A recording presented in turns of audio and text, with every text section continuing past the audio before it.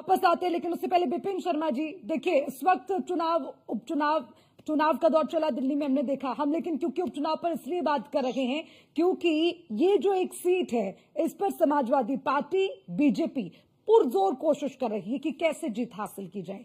हर किसी के लिए ये नाक और साग का सवाल बना हुआ है, लेकिन मैं आपसे ये समझना चाहूंगी विपिन जी, अरे भाई अभी तो वोटिंग हुई, आज वोटिंग हुई, नतीजे आने बाकी है, लेकिन उससे पहले समाजवादी पार्टी, अखिलेश यादव और अवधेश प्रसाद जी तो ये तक कह रहे हैं कि भैया वोटों की लूट हो गई, बाहर के गुंडों ने आकर जो है यहाँ पर लूट लिया है वोट को। तो भाई मैं ये जानना चाहती हूँ, अगर समाजवादी पार्टी जीत गई फिर क्या होगा? थोड़ा तो भरोसा होना चाहिए लोकतंत्र पे कि नहीं? जी जी जी जी जी अर्चना जी, कई बातें जो मैं संक्षेप में रखूंगा आगे। देखिए, इसमें कोई दो राय नहीं है कि मिल्कीपुर का उपचुनाव यहाँ पर सपा के लिए और भाजपा के लिए प्रतिष्ठा दांव पे लगी हुई है, और खासतौर पे भाजपा के लिए।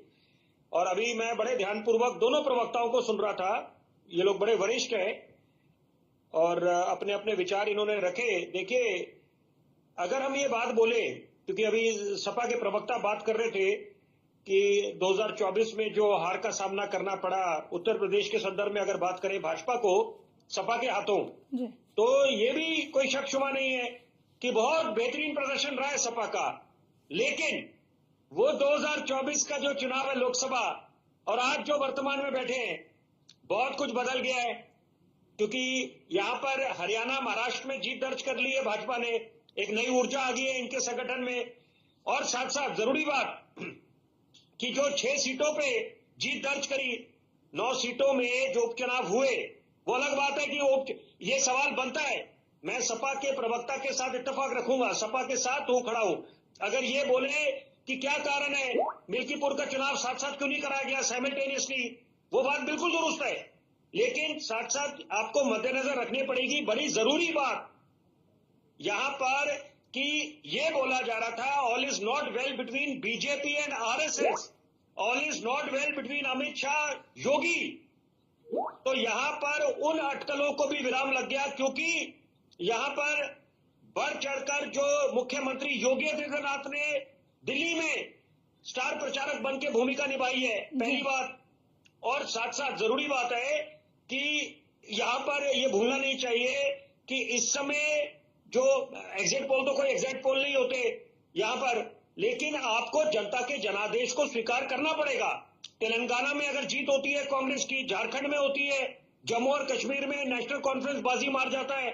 और उसके पहले बड़ी जरूरी बात है, कांग्रेस ने जब कर्नाटक, हिमाचल में वापसी करी थी, हर एक मंच पे हमने उस बात की तारीफ करी थी कि लोकतंत्र के लिए अच्छी बात है। एक अंग्रेजी का फ्रेज इस्तेमाल करूंगा Archana ji, checks and balances must be there in democracy, कि ताकि सरकार को आईना दिखाने का काम करता रहे विपक्ष, मुकम्मल तरीके से अपनी आवाज उठाए, बुलंद आवाज। ये जरूरी बात है कि खामियां उजागर करे, कोई महिमा मंडन करने के लिए नहीं विपक्ष बैठा, लेकिन सकारात्मक बातें होनी चाहिए। और एक बात जरूर दोनों सम्मानित प्रवक्ताओं तक पहुंचाना चाहूंगा, आपके दर्शकों तक पहुंचाना चाहूंगा कि आप सबको, you can't paint everyone with the same brush, कि आप सवाल उठाने लग जाए मीडिया के बारे में। जनाब, हम लोग तो अपना धर्म निभाते हैं पत्रकारिता का, हम दोनों सिक्के के पहलुओं को उजागर करते हैं। और अर्चना जी, मैं आपको भी बधाई दूंगा क्योंकि आप भी बड़े सुलझे हुए पत्रकार हैं और आप दोनों पहलुओं को उजागर करते हैं, दोनों को आईना दिखाने का काम करते हैं। और यहाँ पर जहां पर तारीफ बनती है वो तो आप तारीफ करेंगे, लेकिन यहाँ पर जरूरी बात है कि मिल्कीपुर का चुनाव, मैं बड़ी जरूरी बात बोलने जा रहा हूं कि यहाँ पर जैसे अवधेश प्रसाद जी को वो जीत होती है, आपको उसको सर्वोपरि मानना पड़ेगा जनता के जनादेश को। जो अयोध्या में जीत दर्ज करी लोकसभा के चुनाव में फैजाबाद, तो ये बात आपको समझनी चाहिए कि उनको बैच ऑफ ऑनर की तरह लोकतंत्र के मंदिर में आगे के स्थान पे बिठाया गया, आगे की सीट पे। तो यहाँ पर वो प्रतिष्ठा की बात थी और बड़ी अच्छी बात है, बड़ा एक साफ संदेश दिया एनडीए सरकार को, खासतौर पर नरेंद्र मोदी, अमित शाह जी को, कि ये देखिए आप लोग दावा कर रहे थे 400 पार, आपका आत्मविश्वास 7वें आसमान पर था, और आप लोग राम मंदिर की बात कर रहे हैं। तो वो देखिए, जरूरी बात यह है कि धर्म, आस्था और विकास दोनों साथ साथ चलेंगे, दोनों की अपनी अहमियत है।